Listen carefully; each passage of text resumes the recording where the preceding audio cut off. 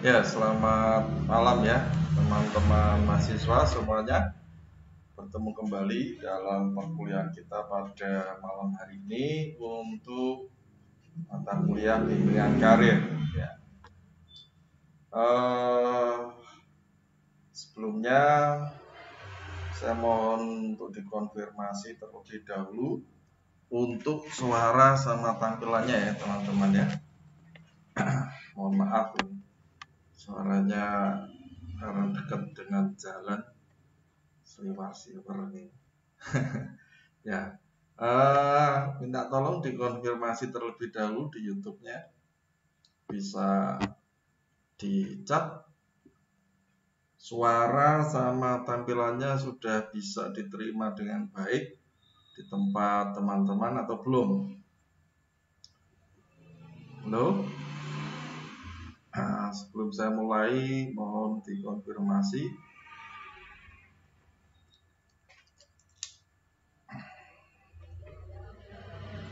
Ya, ya Mbak, ini saya cek sebentar. Mbak Erika menjawab suara jelas. Suara jelas. Tampilannya gimana? Slide-nya sudah ya. Mbak Eldistia juga mengatakan sudah, Mbak Umi juga sudah. Ya, alhamdulillah sudah banyak yang bergabung dan jaringan aman ya. Baik, kalau demikian bisa saya segera mulai ya. Namun terlebih dahulu ini karena ada pesanan dan mungkin ada teman-teman yang belum tahu. Jadi per tanggal 31 Mei kemarin teman-teman untuk kehadiran ya diwajibkan di atas 50% ya.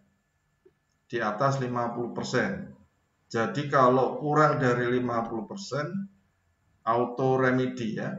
Jadi dimohon ke teman-teman ya diusahakan ya.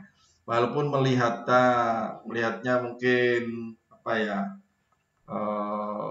bisa jadi tidak harus malam itu, yang penting teman-teman harus absennya adalah hari ini juga ya, terakhir sampai jam 23.59.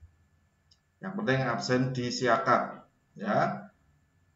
Kemarin sudah saya ingatkan di grup, tapi ya ada juga yang masih kelewatan gitu ya, sampai mungkin dia ketiduran, sampai besoknya baru bilang bahwa lupa untuk absen ya. Terpaksa saya suruh masuk di siakat untuk absen manualnya, tapi karena sistemnya tidak mendetek ya, hanya sebagai catatan kita, tentu kalau yang seperti itu tidak bisa termasuk ya, walaupun ada di catatan saya.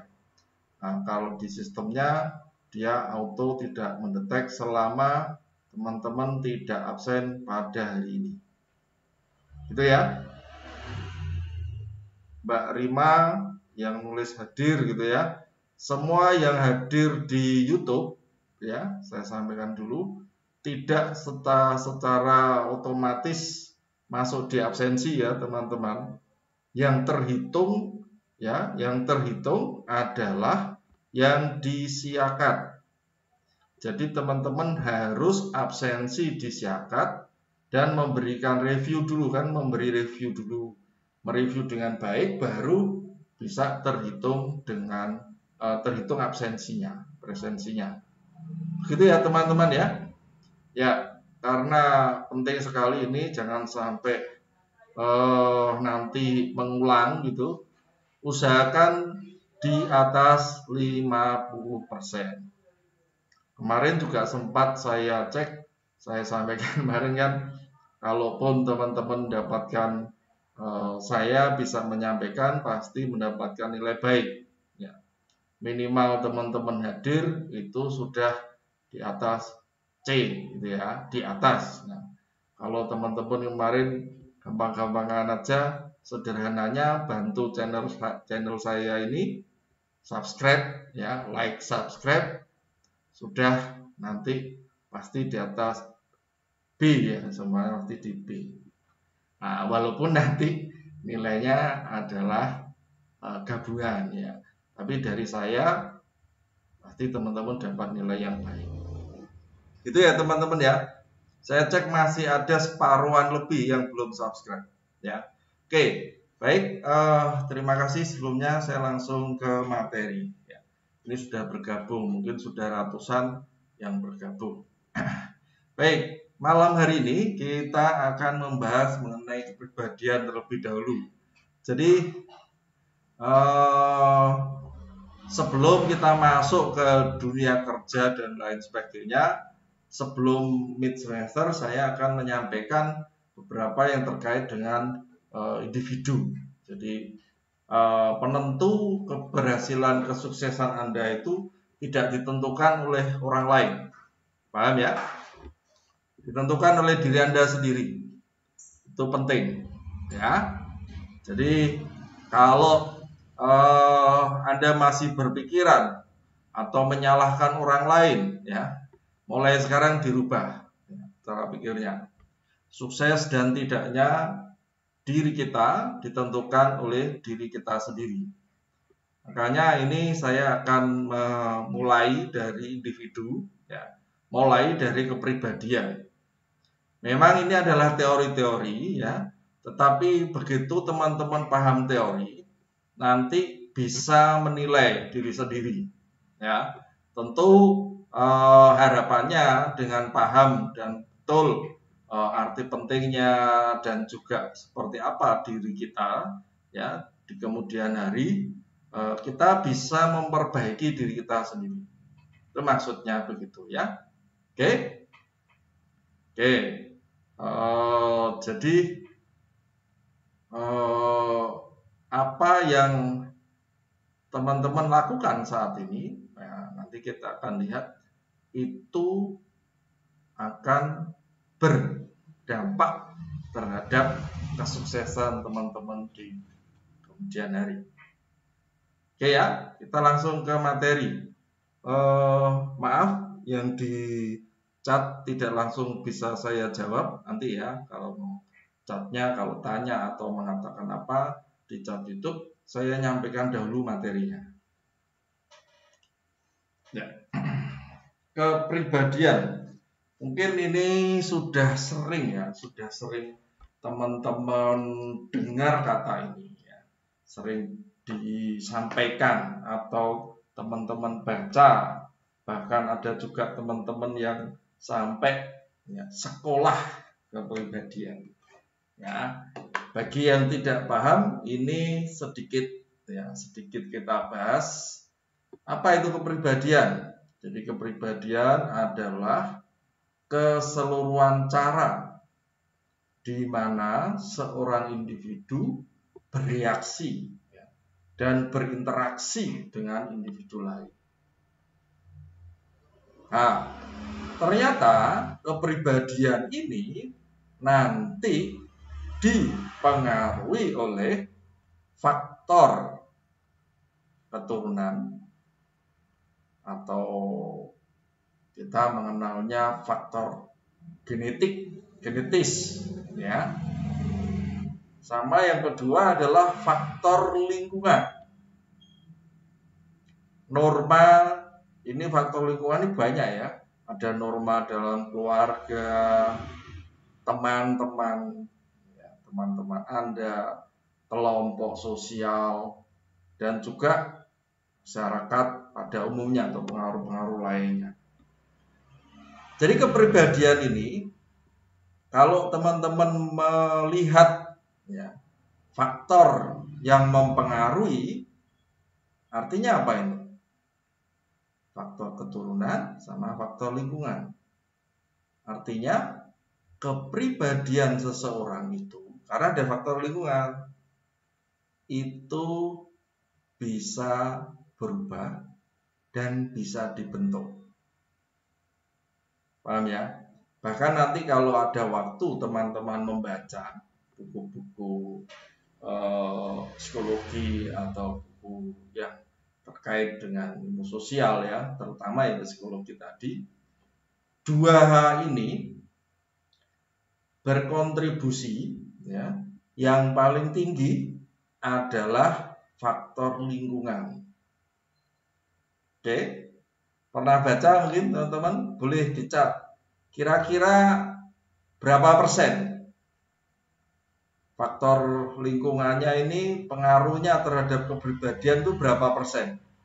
Faktor keturunannya, ini kalau teman-teman bingung yang dimaksud dengan faktor keturunan ini kayak ini loh teman-teman, watak, bawaan, atau yang ini karena genetis ya, jadi apa yang Anda miliki berdasarkan dari bapak dan ibu kita, orang tua kita, itu menghasilkan diri kita, diri Anda sendiri, dan itu adalah unik ya.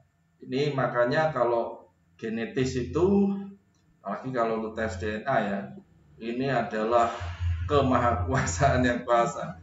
Itu tidak ada satupun yang sama ya. DNA seseorang itu tidak ada yang sama. Nah, itu faktor keturunan. Nah, faktor lingkungannya, wah ini sudah ada yang jawab ini. Wah, Mas Sigit Setiawan menjawab 60%. Wah, ini yang faktor lingkungannya 60% ya. Yang lain boleh silahkan dicat, ketik aja di YouTube. Walaupun kecil-kecil saya bisa membaca ini. Wah, ini Mas Andris Setianang, faktor lingkungan 90%, Pak. Wah, tinggi sekali ya. Baik, langsung saya sampaikan. Pada dasarnya memang sangat menentukan, tetapi mendekati yang punyanya Mas tadi siapa Mas tadi ya, Mas Sigit ya. Ternyata dalam penelitian itu 70% teman-teman. Jadi 70% faktor lingkungan, faktor keturunan hanya 30%. Nah, di sini kita lihat bahwa ternyata faktor keturunan itu kontribusi terhadap kepribadian kita itu sepertiga. Artinya apa? Faktor lingkungan ini kalau teman-teman berada di dalam lingkungan yang baik, ya, dibiasakan atau kebiasaan-kebiasaannya itu dilatih, ya, kepribadian Anda itu pasti baik. Jadi kalau kita bayangkan seperti ini ya teman-teman, ini kan 30%. Kalau yang 70% ini mendominasi lingkungan ini seolah-olah ya, seolah-olah ini ketutup. Sehingga yang kelihatan tetap yang 70% tadi. Walaupun ya diakui atau tidak ya, ini terkait dengan bawaan wataknya itu. Itu tidak bisa berubah ya, teman-teman. Masih ada dalam arti begini. Bukan berarti kepribadiannya tidak bisa berubah, kepribadiannya jelas-jelas bisa berubah ya. Tetapi watak itu, kalau orang Jawa itu katanya kalau watak itu sulit ya dirubah, tetapi nek watuk iso ono bate gitu ya katanya ya. Tapi nek watak itu sulit ya. Namun sekarang kita tahu bahwa memang tidak bisa berubah, tetapi ketika di dalam diri seseorang itu faktor lingkungannya itu karena sangat kuat, ini seolah-olah ketutup. Walaupun nanti ya namanya manusia ya, ketika tertekan, ketika mengalami sesuatu, kadang-kadang watak aslinya itu bisa muncul lagi. Nah itu yang 30% tadi. Ya, paham ya? Tetapi bukan masalah ini ya, wataknya. Ingat ya, ternyata di dalam ilmu psikologi tidak terlalu besar. Jadi pengaruhnya yang 70%, perhatikan yang 70%. Jadi kalau sampai ada orang mengatakan atau teman Anda bahwa dirinya atau kepribadiannya seperti ini, wes rasa berubah gitu ya, itu berarti adalah orang yang tidak mau berubah, egois. Ya. Jangan mau, apalagi cewek-cewek kalau dirayu, wah wes kawan bayi gitu ya, kayak gini, wes terima apa adanya, kemproh ya kemproh, ora gelem berubah dan lain. Itu tertawain aja, berarti itu orang-orang yang tidak mau berubah, itu egonya tinggi sekali. Jadi ternyata kepribadian ini, ingat-ingat ya, bisa berubah dan bisa dibentuk. Perhatikan ya, bisa berubah dan bisa dibentuk. Kalau sampai nanti teman-teman ketemu mbok dirayu pacare atau apa, terus koyo ngene iki wis kawan bayi ra iso berubah. Sing elek-elek itu ndak mau berubah, itu orang yang sangat egois. Hati-hati ya. Gitu ya. Kawan bayinya itu ndak bisa, itu tetap ketutup dengan 70% tadi. Ya. Paham? Jadi kalau misalnya secara genetis saya orang Jawa, ya, nanti ada teman yang dari misalnya Batak, ini ada teman-teman dari Batak, atau mungkin dari Madura, teman. Itu ciri dari kedua orang tua dan teman-teman di sana, ya tetap secara genetis kebiasaan itu berpengaruh, dan itu unsurnya bapak dan ibu teman-teman itu tidak ada satupun di dunia ini yang sama. Itulah pribadi Anda yang luar biasa. Uniknya di situ, betulan. Tetapi penentunya kepribadiannya adalah faktor lingkungan. Nah, faktor lingkungan, perhatikan yang bawah ini. Norma dalam keluarga, teman-teman, kelompok sosial, pengaruh lainnya. Di dalam dunia bisnis sangat sering nanti teman-teman dengar, kalau ingin sukses, berkumpullah dengan orang-orang sukses. Betul ya? Nek kepengin ngelokro gagal kayaknya orang ya. Gampang sekali. Kumpullah dengan orang-orang yang putus asa, orang-orang yang loko, orang yang itu sedih loh. Atau ya, hati-hati untuk ini. Jadi Anda perhatikan lingkungan ini penting sekali. Bergaul itu seluas-luasnya, tidak pilih kasih, tetapi perkara apa saya menyebut itu intensnya atau komunitasnya atau bahasa habitat gitu ya, di dalam lingkungan itu adalah pilihan, tergantung teman-teman sendiri. Itu ya, ingat, tergantung pilihan Anda, pilihan teman-teman. Perkara bergaulnya dengan siapa, jangan pilih kasih, karena kita tidak tahu. Ya, jangan pilih-pilih kaya miskin semuanya kita. Tetapi perkara komunitasnya, intensnya, teman-teman itu berada di dalam lingkungan habitat yang sangat kuat, itu Anda yang pilih, teman pilih sendiri. Paham? Oke. Nah, karena kepribadian adalah hal-hal yang ini, perhatikan, keseluruhan itu berinteraksi, maka dia akan mudah dikenali. Di dalam definisi yang sederhana lainnya, itu sifat-sifat kepribadiannya bisa dilihat dari ini. Jadi karakteristik atau ciri-ciri yang sering muncul dari diri seseorang, dari perilaku seseorang, dari perilaku teman-teman Anda semua, itu yang paling sering dilihat oleh temanmu, itulah dia akan menyebut pribadi Anda seperti itu. Jadi bisa misalnya, anggur ngomong ini isi orang nyebut, wah itu pemalu, wah ada yang satunya durung dia papanu wis ini mau pokoknya istilahnya itu selalu di depan, orangnya agresif sekali, lainnya masih mikir-mikir gue wis gitu ya, dahului gitu ya, itu sangat gairah gitu ya. Itu agresif. Ada karakteristik pribadi yang patuh, ada yang pemalas, ini penyakit ya. Kalau kita lihat sudah pribadiannya pemalas, itu adalah orang-orang yang sulit. Nah ini harus diubah ya.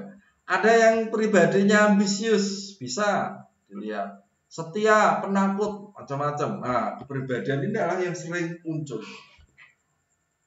Paham ya? Nah, di dalam pekerjaan ya, biasanya tes-tes kepribadian itu untuk menolong ini, teman-teman. Kalau nanti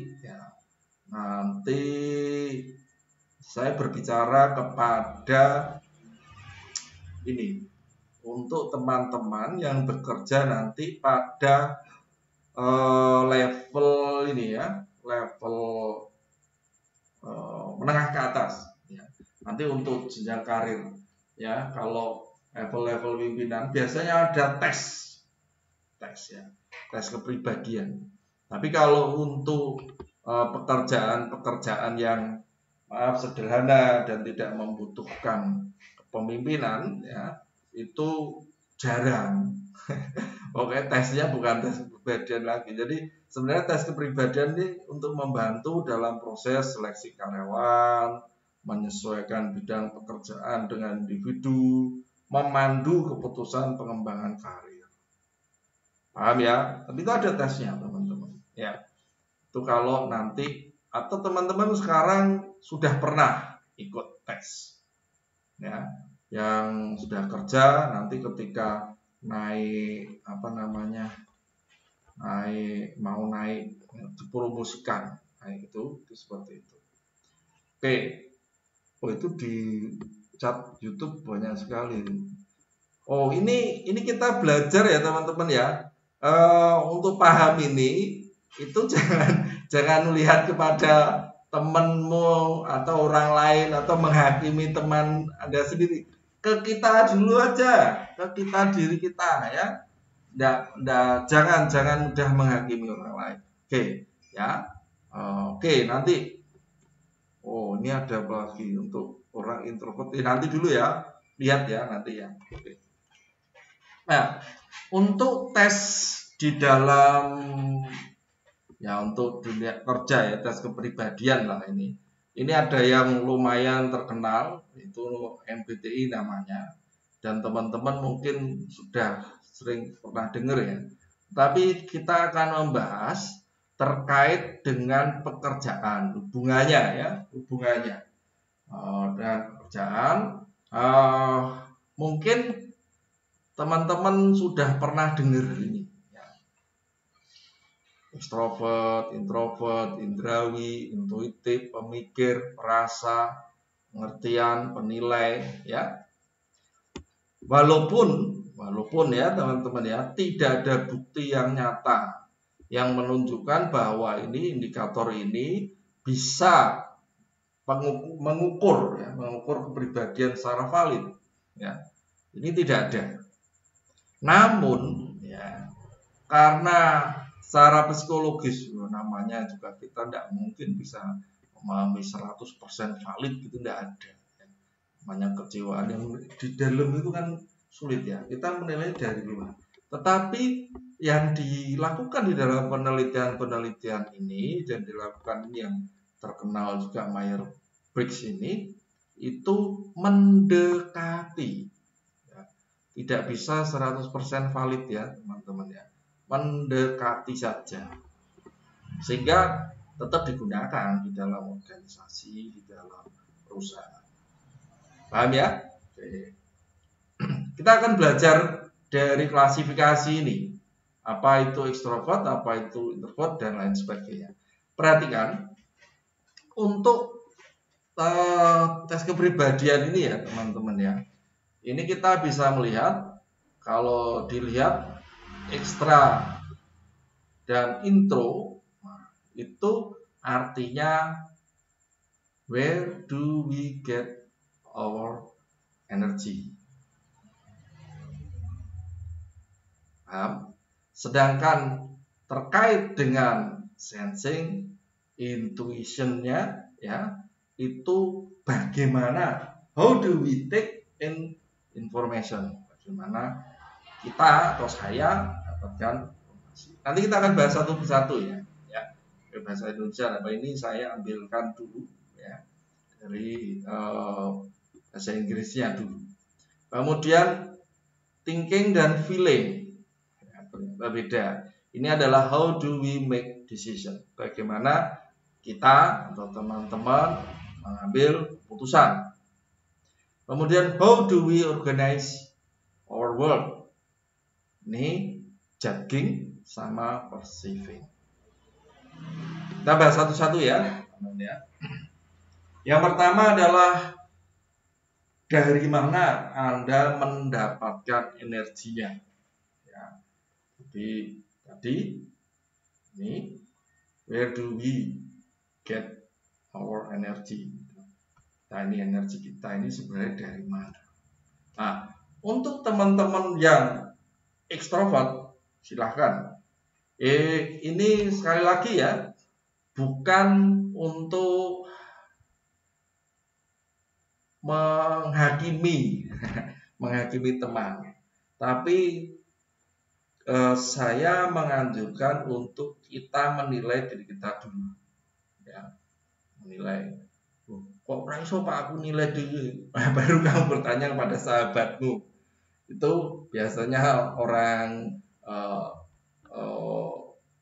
lain bisa menilai kita dengan tentu sahabat ya yang sungguh-sungguh. Teman-teman biasa malah nilainya seenaknya dewe malah guyonan. Tapi kalau teman-teman punya sahabat dekat ya, sedangkan teman-teman tidak bisa menilai diri sendiri, biasanya orang lain atau sahabatmu bisa memberikan penilaian secara objektif. Nah, yang dimaksud dengan ekstrovert di sini adalah mereka orang-orang yang cenderung cukup banyak bicara biasanya.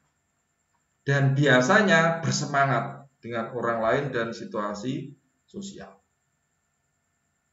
Mereka umumnya lebih memilih untuk bekerja melalui ide-ide dengan berbicara dengan orang lain. Jadi ekstrovert itu lebih kepada ini loh. Dia tuh energinya luar biasa ya. Suka berinteraksi. Nah, sedangkan introvertnya itu kebalikannya. Balikannya ini biasanya dia lebih tenang. Namun hati-hati, bukan tenang karena tidak bisa, biasanya kecenderungannya adalah berisi. Mereka biasanya membutuhkan waktu sendirian, lebih suka sendirian. Nah, umumnya lebih memilih untuk bekerja melalui ide dengan memikirkan dirinya dulu ya, mereka terlebih dahulu sebelum mengungkapkannya. Jadi kalau orang ekstrovert tuh begini, orangnya itu ya, gairahnya itu ketemu terus rame gitu, seneng ngomong. Ini contohnya. Dia memang suka dia ketemu orang itu kayak ketemu opo gitu ya, senang dia. Sedangkan ada yang mungkin teman Anda ya, ketemu kata orang ngomongane guyan gitu. Piye ngono tok. Yang lain ndak, woi, bos rame, ngabare mau ngene-ngene. Nah, ngomong suka bicara. Itu kelihatan sekali. ya, itu ekstrovert. Nah, introvert dia biasanya lebih tenang. Ini dari energinya ya, energinya. Satunya itu bergerak ya, yang satunya tenang. Oke, lanjut. Gini ya, kalau teman-teman melihat ini, yang sisi kiri ini yang extraversion, sensing, thinking, judging ini satu kelompok. Kalau ada yang introversion, intuisi, feeling, perceiving itu adalah satu kelompok. Ya, jadi ini kalau Anda berada di sini, yang di kiri ini berarti ini memiliki ciri-ciri yang hampir sama yang di sini. Sedangkan yang di kanan ini ciri-cirinya seperti ini. Oke. Tentu dengan penjelasan ini nanti teman-teman bisa melihat kelebihan dan kelemahan. Ya. Sekarang yang kedua, bagaimana Anda atau saya atau kita memilih untuk mengambil informasi. Ya. Jadi itu apa ya? Sensornya kita. Nah, kalau yang tadi ya, yang ekstrovert ya, ekstro atau di sini itu extraversion ya, ekstrovertnya itu dia mengambilnya ini ya, dia sifatnya itu lebih kepada apa yang dilihat indrawi. Jadi yang fakta atau data konkret ya, dia itu sukanya yang seperti itu, mengamati ya, mengingat cara berpikir. Jadi biasanya orangnya objektif ya, yang dia faktanya seperti apa. Kalau tidak ada buktinya, dia tidak sulit ya, sulit percaya. Jadi sensornya dia pakai indera. Berbeda dengan satunya, itu sensornya itu dia pakai intuisi. Jadi orang-orang ini tidak serta-merta, bukan berarti dia tidak percaya dengan fakta ya, tapi dia itu bisa mempunyai semacam apa ya, sangat imajinatifnya itu tinggi. Jadi dia mendapatkan pola saja atau lambang atau simbol saja dia bisa memahami itu. Ya, jadi data itu dia lebih bisa memahami maknanya. Maksudnya ini kalau seperti ini itu seperti ini. Makanya dia orang yang seperti ini biasanya dia bisa memaknai data dengan lebih baik. Nah, dan dia memahami konsep-konsep itu cenderung lebih baik daripada yang menggunakan lebih kepada bukti. Ya. Gimana Pak? Apakah itu mana yang lebih baik misalnya Anda bertanya? Tidak ada, ini dua-duanya punya kelebihan. Ya, punya kelebihan. Di sini tidak mudah untuk percaya karena enggak ada faktanya seperti itu, datanya kudu konkret baru dia percaya. Yang satunya tidak harus ya, tetapi dia bisa memahaminya, maknanya tidak harus betul-betul konkret karena dia biasanya orangnya ini orang-orang cerdas ya teman-teman ya. Jadi ada orang-orang pendiam yang tenang gitu ya, itu kebanyakan jangan Anda remehkan juga ya, kebanyakan mereka juga pandai. Tapi ya belum tentu, kalau bilangnya diam itu emas, kadang-kadang juga belum tentu emas ya teman-teman, kadang kuningan. Diamnya itu karena takut, karena tidak mudeng juga ada. Tapi di dalam ini kita memahami dalam arti kata-katanya, dan itu diikuti dengan sifat yang lainnya. Baik, saya lanjut. Sekarang untuk orang-orang yang extrovert ya, dalam bagaimana dia membuat keputusan ya. Yang extrovert itu cenderungnya adalah pemikir, menggunakan nalar, logika ketika membuat keputusan itu cara berpikirnya itu logikanya lebih baik, sistematis. Kemudian biasanya orang yang seperti ini adil, ya, memperlakukan sama satu dengan orang lain. Paham ya? Sedangkan untuk yang introvert biasanya dia perasa, ya, orang ini lebih empatik ya, dia lebih mendasarkan kepada nilai-nilai ketimbang logika. Nah, pemahaman adil untuk orang sejenis ini itu berbeda dengan tadi. Kalau dia menilainya lebih ke objektif, tapi kalau ini bagus ya, perhatikan. Untuk jenis orang ya, dia menganggap setiap orang itu adalah pribadi yang perlu dilakukan sebagai seorang individu yang khusus. Ya. Orang itu beda-beda, tidak bisa disamakan. Jadi dia akan memperlakukannya sesuai dengan orang tersebut. Jadi dia memandang sebagai seorang individu. Sehingga kadang-kadang untuk berlaku adil untuk orang ini itu sulit. Ya, lebih gampangan ini lebih sering menggunakan perasaan.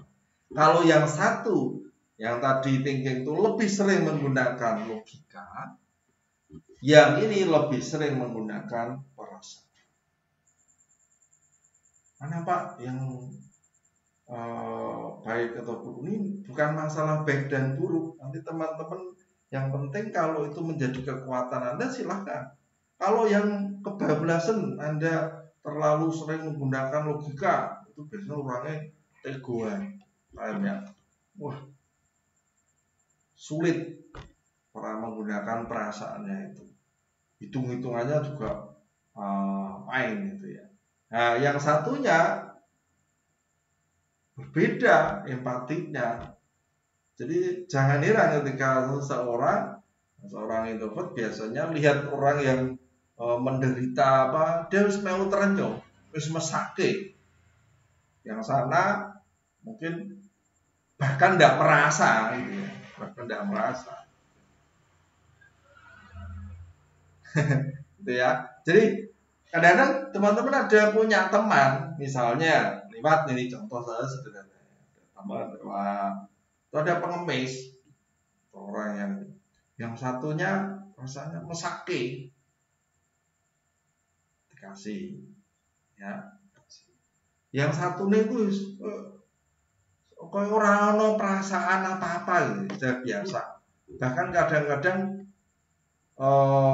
ini menghakimi, wah ngono saya nom ya misalnya, soalnya nyambut gawe muncul gitu, ya, tidak ada apa-apanya, rasanya itu dia lebih kepada logika, gitu ya. Di satunya lebih banyak menggunakan logika, satunya rasa. Sekarang bagaimana ya Anda berurusan dengan dunia luar? Yang pertama tadi yang extrovert ini dia lebih kepada ini judging ya, lebih sering menghakimi.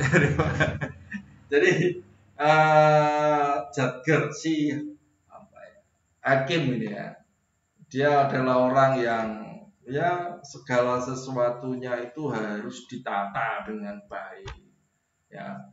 Ini bagusnya di sini. Jadi orang-orang extrovert itu walaupun suatu dia punya itu rencana terjadwal, itu betul terorganisir, ya. Kalau dia mau melakukan semuanya itu direncanakan dengan baik. Jadi cenderung menggunakan daftar, kalender, habis ini gini, habis ini. Itu biasanya orang-orang itu. Berbeda dengan orang-orang introvert ya. Ini lebih kepada ini ya. Ini tadi kita akan lihat ya plus minusnya juga. Jadi dia orang ini nih fleksibel kan. Dia lebih spontan. Dia pendekatannya itu lebih apa ya? Ya memang dia lebih luas ya. Namun kelemahannya ini loh. Orang cenderung menjadi orang-orang yang melakukan sesuatu pada menit-menit terakhir. Artinya apa? Di dalam perencanaan, di dalam organisasi atau lainnya itu kurang bagus. Jadi kecenderungan dari ini sering menunda-nunda, ya, sering seperti itu.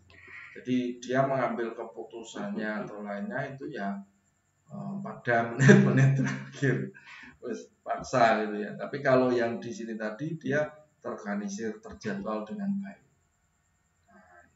Ya, memang dua ini plus minus ya. Yang tahu adalah teman-teman sendiri ya. Harapan saya tidak perlu menghakimi. Oh, kowe iki ya, kamu ini enggak usah. Ya. Kalau ini ya, kita mau menilai orang, ya, menilai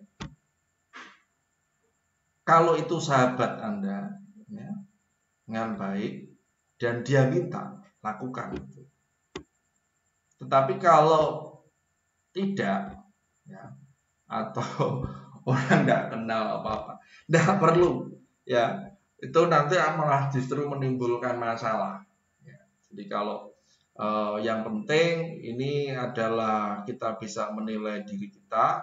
Nah, di antara dua ini sekarang kita akan, sebelum saya akhiri ya, ini teman-teman harus bisa mengelompokkan ya,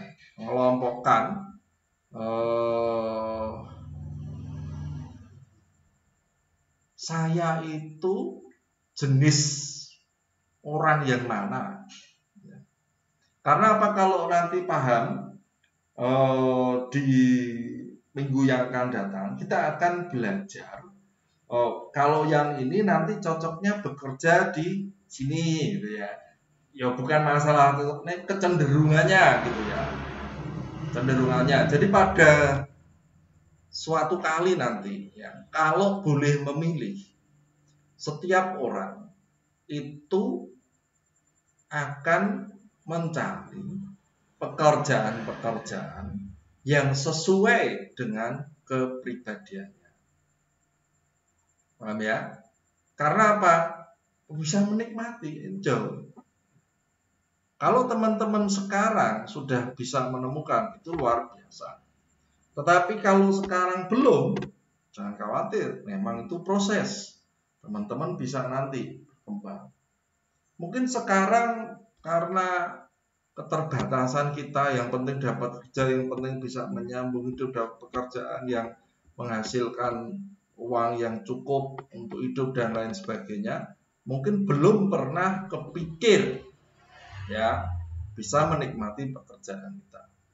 Tetapi pada suatu titik nanti ya, di dalam perkembangan diri seseorang, dia akan ya bekerja sesuai yang dia, menurut dia ini ya. Karena ini seneng atau bahagianya seorang dia bekerja, bisa menikmati dan lainnya, ini kan yang bisa merasakan adalah Anda sendiri. Ada yang mungkin digaji atau gajinya atau pendapatannya tinggi, tetapi itu tidak sesuai dengan pribadinya, apalagi lingkungan kerja. Nanti kita bahas itu ya minggu-minggu depan ya, tentang kepuasan. Jadi ada belajar sikap dan kepuasan kerja juga ada ya, nanti ya kita akan bahas itu. Nah, tapi hari ini kita mengenal diri kita dulu aja Oke, baik. Untuk penjelasan kepribadian ini saya rasa cukup. Saya akan cek pertanyaan-pertanyaan yang ada di YouTube ya. Yang bisa saya jawab, Yang tidak bisa ya nanti dibulekno jawabannya. Ya kan, mulai belajar lagi lah sebenarnya. Dosen itu kan sebenarnya begitu. Dosen itu udah beda jauh dengan teman-teman ya. Hanya tahu lebih dahulu gitu. Moco dhisik biasanya, belajar dulu. Nah, bisa jadi teman-teman malah lebih banyak belajar, lebih banyak tahu. Tapi saya akan coba teman-teman untuk yang pertanyaan-pertanyaan yang ini ya, yang sesuai materi hari ini. Kalau pertanyaannya yang tidak sesuai ya tidak saya jawab.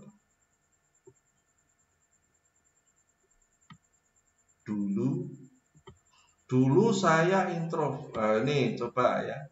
Ini ada Mbak Siti komen. Dulu saya introvert karena tuntutan pekerjaan sebagai sales yang harus banyak bicara kepada customer. Akhirnya secara tidak langsung kita akan terbiasa. Oke, begini ya. Berarti ini sudah sangat membuktikan ya, teman-teman, bahwa lingkungan itu berpengaruh besar. Paham ya? Jadi jangan terus wah gini gitu ya. Jadi begini, kalau teman-teman sudah tahu saya itu seperti apa, nah berusahalah melawan dari kelemahan dari diri kita. Paham ya?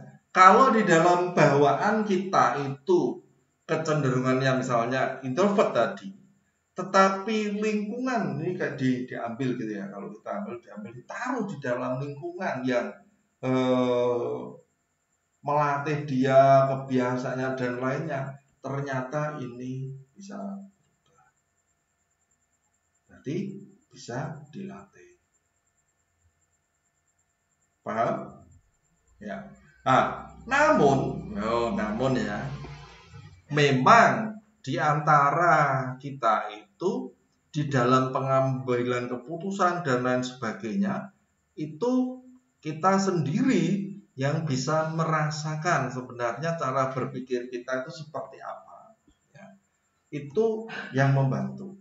Jadi kalau misalnya dia introvert, sekarang saya ada di sales, saya harus ngomong-ngomong, tapi percayalah bahwa ketika misalnya Mbak Siti Kumayro tadi dia menyatakan sebenarnya dia ada kelebihan apa di dalam pengambilan keputusan, dia lebih tenang ya, tidak gerusa-gerusu. Nah, kecenderungan orang yang ekstrovert, bukan introvert ya, ekstrovert dia lebih cepat, lebih gerusa-gerusu. Tapi kalau yang introvert dia lebih tenang dulu. Pahami, dia itu bagus. Jadi mana yang menjadi kekurangan dari ekstrovert, teman-teman harus tutupi ya. Yang bagus tadi semakin dikembangkan, tapi kalau yang kurangannya ditutupi. Kemudian bagi ini yang introvert, kelemahannya itu balik dia harus diatasi. Paham ya? Nah, kemudian tadi di atas tadi ada saran buat orang introvert di dunia kerja gimana Pak? Ya. Ini Mbak, tadi ini sebenarnya jawaban saya yang untuk Mbak Siti Kumayro ini atau penjelasan ini itu sudah sedikit menolong. Paham ya? Nah, nanti ini ada pembagian lagi ya Mbak ya. Jadi nanti kecenderungannya itu, ketertarikannya itu di mana. Ini kalau hanya introvert dan ekstrovert itu eh, kurang detail, nanti kurang detail untuk berada di dalam dunia kerjanya. Minggu-minggu depan itu akan kita pelajari agak detail sendiri sedikit ya. Jadi langsung nanti dipecah lagi. Kemudian ini cocoknya atau lebih cenderung kerjanya di ini, kerjanya di ini gitu ya. Itu hanya kecenderungan, Mbak. Tidak bisa ya hanya saran ya, atau ada, tidak bisa harus seperti ini, harus seperti ini, tidak bisa. Jadi nanti ke arah sana. Oke, sedikit ditunggu waktunya Mbak Nina Puji. Terus lanjut, ada pertanyaan enggak, kalau orang nyelek tapi banyak itu, ini maksudnya apa? Nyelelek mungkin ya, nyelelek. Oh, langsung ini kebiasaan ya. Kalau nyelelek itu sebenarnya ya kebiasaan, Mas. Jadi kebiasaan. Tidak ada masalah, tapi nanti kita akan lihat ya, berarti Mas Abdul Qolit ya, lingkungannya ya banyak yang nyelelek seperti ini. Tidak ada masalah, nanti kita kalau dicemplungke dengan lingkungan yang tidak nyelelek, nanti bisa berubah. Ya, tapi nek nyelelek, temu nyelelek itu tambah nyelelek ya, selain gitu. Tapi terkait dengan banyak ide, tidak masalah. Ini tidak bisa dimasukkan dalam arti ini. Saya tidak bisa mengelompokkan, karena walaupun kemungkinan besar kita bisa menduga ada Mas Abdul Qolit itu kecenderungannya di ekstrovert ya, tetapi belum tentu ya, karena nanti karena biasanya yang banyak ide itu justru yang satunya, yang introvert, paham ya? Tapi nyeleleknya itu nyeleleknya yang bagaimana, itu yang saya tidak paham ya. Oke, lanjut. Apabila seseorang memiliki dua brand introvert dan extrovert, ada malu. Nah, silahkan aja, itu kecenderungan ya. Jadi di dalam diri seseorang itu kan penelitian yang bahasanya gini, core-nya atau utamanya itu lebih cenderung yang mana, begitu saja. Bisa saja dua-duanya itu ya, orang sampai tidak bisa misah itu sebenarnya dia masuk ekstrovert atau introvert. Itu kenapa? Karena dia sudah bisa mengatasi kelemahan dari itu. Jadi kalau orang sudah mau belajar, mau berdasarkan lingkungan, pengalaman, dan lainnya, akhirnya membentuk kepribadian yang baik ya, bahkan introvert dan ekstrovertnya itu sulit ditemukan. Tetapi bagi orang yang paham betul, dia masih bisa dikelompokkan. Ya, tahunya di mana? Ya, tahunya ketika berinteraksi. Paham? Masing-masing dari penjelasan saya tadi, Anda bisa bayangkan positif negatifnya. Positifnya dikembangkan, negatifnya yang kita atasi. Nah, oke, tidak masalah. Ini misalnya ada sobat tadi ada nulis apa? Ambivert ya. Karena belum jelas. Ya. Belum jelas. Pak pernah belajar. Ya, hanya ilmu sosial sebenarnya ya. Tidak khusus, saya bukan psikolog ya. Kalau yang kadang introvert, kadang gitu, enggak, itu gimana? Nanti dilihat ya. Tidak bisa kalau ini tentu gini ya, tidak bisa misah orang, misah persis hitam putih, kamu extrovert, kamu introvert gitu, sebenarnya tidak bisa. Jadi di dalam diri orang pun itu sebenarnya tidak terlalu bisa memisahkan tegas gitu ya.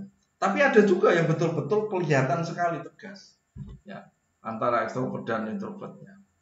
Ya. Tetapi apa yang saya sampaikan tadi, lingkungan, ya, pengalaman, latihan, faktor apapun yang di sekitar Anda yang paling sering itu berkontribusi terhadap kepribadian teman-teman. Ya, oke, enggak apa. Kalau kayaknya saya kok dua-duanya, Pak. Ya enggak tahu nanti separuh ke sana, separuh ke sini. Berarti sebenarnya sudah baik. Tinggal mengembangkan yang baiknya tok aja. Yang jelek-jeleknya dibuang. Oke ya. Ya, mengetahui ujian kita miliki, kita bisa mengerjakan ya nantinya ke arah sana, Mas Kusnu Susilo ya. Boleh. Ya. Karena apa? Semakin sesuai dengan diri kita, ya, pekerjaan itu, wah itu kerja rekoso pun itu seneng banget, rekoso. Biasanya gitu. Dan biasanya orang-orang sukses itu dia memang suka di situ. Ya. Nanti ke depannya kita akan coba, ya, kita hubungkan minggu-minggu depan, moga-moga kita sempat untuk menyampaikan itu. Badan dari lingkungan dan lingkungan untuk berubah, Pak. Saya pun dulunya introvert bisa jadi extrovert karena proses yang panjang. Ya, oke. Betul. Ya. Pak, saya introvert pengen punya banyak teman, tapi kalau ngajak bicara dulu belum kenal. Nggak apa-apa. Ini bisa kumpul aja terus dengan banyak orang-orang yang extrovert. Nanti kan ini ya, gairahnya itu tertular. Walaupun tidak bisa karena itu tidak bisa serta-merta terus langsung gitu, enggak. Ya. Nanti akan terbawa. Lingkungan, tempat kerja, salah satu faktor. Ya betul, faktor besar sekali ya. Orang mau bicara saran terhadap satu atau dua orang, tapi cukup bicara terhadap komunikasi ini nanti kita akan bahas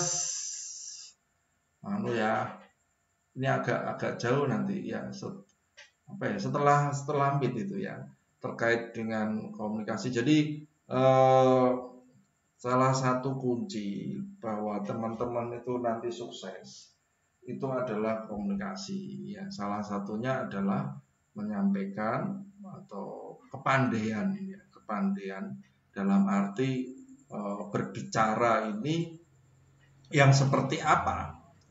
Komunikasi itu kalau tidak memiliki teknik komunikasi yang baik, ya sulit jadi pemimpin. Tapi kalau teman-teman bisa belajar komunikasi yang baik, itu bisa juga, atau harapan untuk menjadi pemimpin itu lebih besar.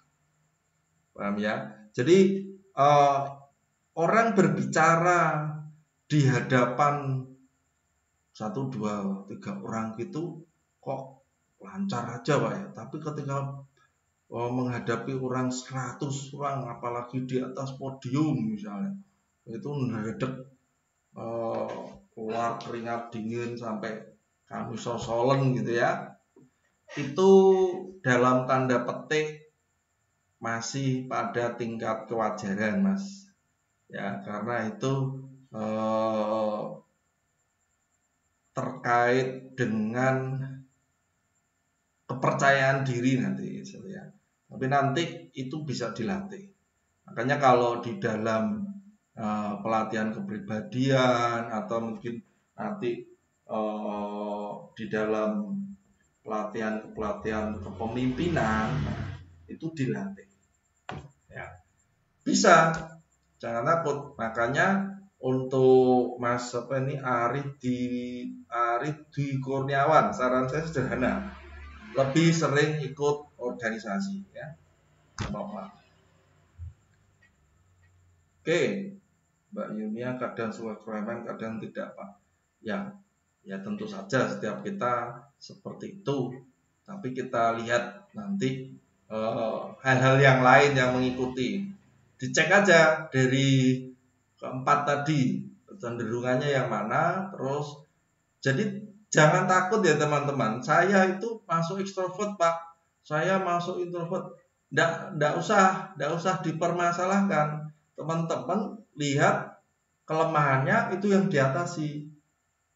Ya, kekuatannya dikembangkan saja. Gitu ya. Oh, ada yang materinya bisa dilihat di mana ya Pak? Oke, nanti saya taruh di itu ya, di sampingnya itu ya. Materi-materinya di buku itu ya, tak taruh di PPT-nya. Atau kalau pengen ini Mas Slamet Rianto materinya bisa dilihat ya, nanti di samping siakat itu kan ada referensi. Besok-besok saya akan masukkan di situ, saya tata ya, nanti boleh ya bisa diambil, atau kalau pengen cepet ya langsung nanti kirim di WA langsung diambil ya. Oke, sampai di sini Pak Sambat, boleh enggak saat bekerja? Ya, ayo. Nggak apa itu masih manusiawi, tapi nek wis sambat mengeluh, nah, itu nanti itu berarti ada sesuatu yang kurang pas. Minggu depan kita bahas itu Mas tentang sikap dan kepuasan kerja. Oke, Mas Abdul Razak ya. Tidak sekarang. Oke. Pak, apakah nanti ada tes kepribadian? Tidak ada. Ini bukan untuk pribadian ya, tidak sampai ke sana ya. Saya bukan psikolog, tidak ada. Hanya menolong. Nah, nanti yang setelah ya, kalau perkara ini sebenarnya teman-teman bisa mencoba sendiri ya. Banyak di Google atau teman-teman mau cari sebenarnya saya ada yang ada di mana gitu ya. Atau tes Myers-Briggs itu coba-coba aja ya. Kalau enggak ke sini ya. Oke, gitu ya. Terima kasih sampai di sini sudah sangat lama 1 jaman ya. Semoga teman-teman dapat manfaat yang banyak dari apa yang kita bicarakan hari ini ya. Dan jangan lupa sekali lagi absensi sampai 23.59 ya, karena sudah sistemnya seperti itu kayaknya tidak ada ampun, tidak bisa absen besok ya, walaupun menonton videonya besok-besok tidak apa-apa, yang penting teman-teman begitu ingat tengah mengingat absen ya, review yang baik baru absen toh, kalau tidak absen tidak bisa. Yang di situ masih ditulis hadir, sistem tidak mengenali ya, ingat ya, yang di syarat itu loh. Yang penting Anda review baru bisa absen. Reviewnya itu baru terhitung absen. Paham sampai di sini? Oke ya. Ya, terima kasih banyak atas perhatiannya. Mohon maaf kalau ada kata-kata saya yang kurang berkenan ya. Mohon dimaafkan. Oke, selamat malam. Sampai ketemu lagi minggu depan. Ya, jangan lupa like dan subscribe. Yang belum ya. Terima kasih, sampai ketemu lagi ya. Tuhan